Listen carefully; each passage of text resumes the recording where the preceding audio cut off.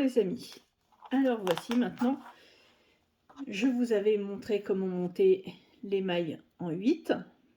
Je vais maintenant vous faire voir comment regrouper tout ce petit monde sur un seul et même câble afin de pouvoir monter vos chaussettes, les deux en même temps, en Magic Loop. Pour ceci, vous aurez besoin de 2 câbles avec des aiguilles au bout pour pouvoir monter séparément vos mailles.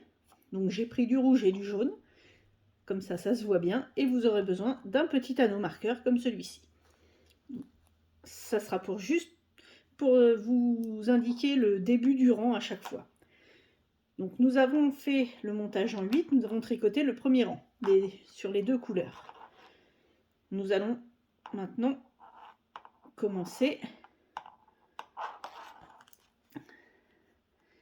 Il faut regrouper, donc on va prendre les mailles rouges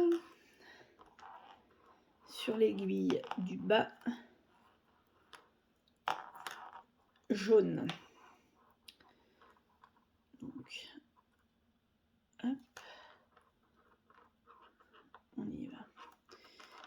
Alors, c'est un petit peu compliqué au départ de regrouper tout ce petit monde, mais vous allez voir que c'est juste les premières mailles qui sont... Bon, en fait, c'est pas compliqué, il faut juste ne pas s'en mêler dans les câbles.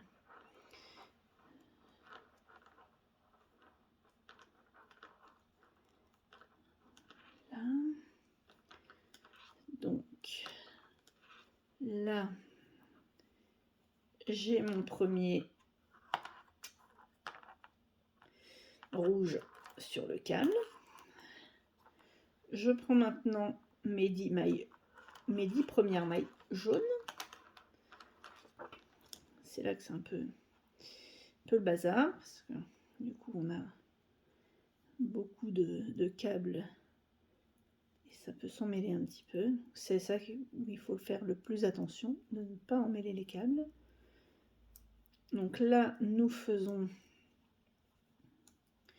la première moitié jaune. Hop. En Magic Loop, nous faisons la seconde moitié jaune.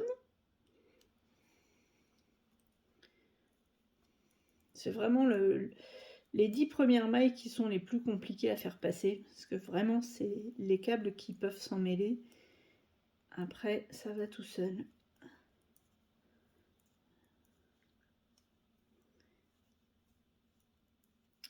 Voilà. Et maintenant nous reprenons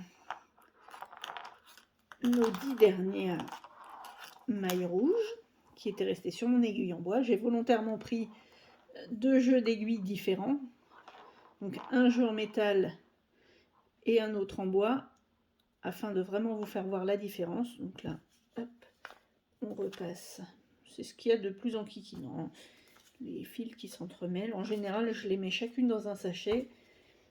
Ça me permet d'avoir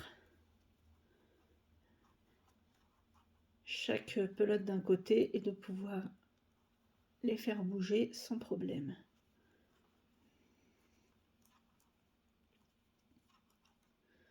Voilà, la dernière maille.